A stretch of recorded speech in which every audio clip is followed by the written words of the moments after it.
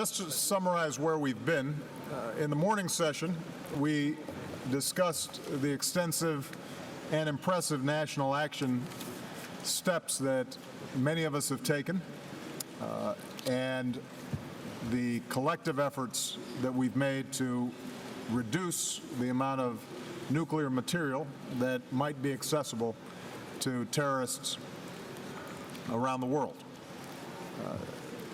During lunch, we focused on international institutions, and I was heartened by our collective commitment to ensure that the IAEA, Interpol, the United Nations, and the various coalitions that have formed are properly resourced and supported by various nation states in order for them to be able to carry out the ongoing work that will be required to ensure that the commitments and pledges and practices that we have put into place during the course of these nuclear security summits carry forward.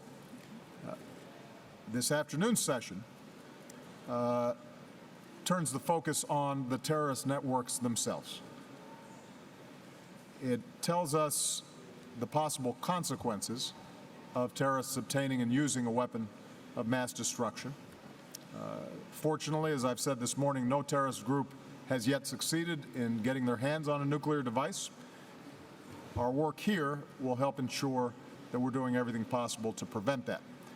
This is also an opportunity for our nations to remain united and focused on the most active terrorist network at the moment, and that is ISIL.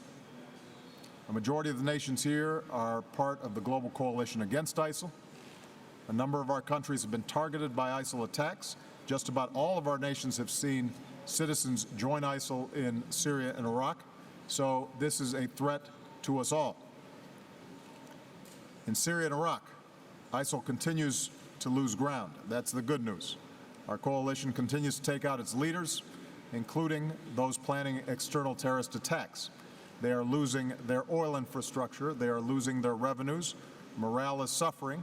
We believe that the flow of foreign fighters into Syria and Iraq has slowed, even as the threat from foreign fighters returning to commit acts of horrific violence remains all too real. In fact, as ISIL is squeezed in Syria and Iraq, we can anticipate it lashing out elsewhere, as we've seen most recently and tragically in countries from Turkey to Brussels. And this means that the sense of urgency that we've shown in destroying ISIL in Iraq and Syria also has to infuse our efforts to prevent attacks around the world. We need to do even more to prevent the flow of foreign terrorist fighters. After the Paris attacks, the United States deployed surge teams to Europe to bolster these efforts, and we'll be deploying additional teams in the near future. We all have a role to play. We're all going to have to do more when it comes to intelligence sharing. We simply cannot afford to have critical intelligence not being shared as needed, whether between governments or within governments. And today is an opportunity to explore ways to step up those efforts. Looking around this room, I see nations that represent the overwhelming majority of humanity, from different regions, races, religions, cultures. But our people do share common aspirations to live in security and peace and to be free from fear. The fight against ISIL will continue to be difficult, but together we are making real progress, and I'm absolutely confident that we will prevail and destroy this vile organization. As compared to ISIL's vision of death and destruction, I believe our nations together offer a hopeful vision focused on what we can build for our people. With that, what I'd like to do is ask the press to depart. We will then be showing a video that focuses attention on possible scenarios that might emerge with respect to terrorist networks. It will give us a good opportunity to test those areas where we still have work to do and how we can strengthen our collective effort against these networks. So if I could ask the press to depart promptly, please.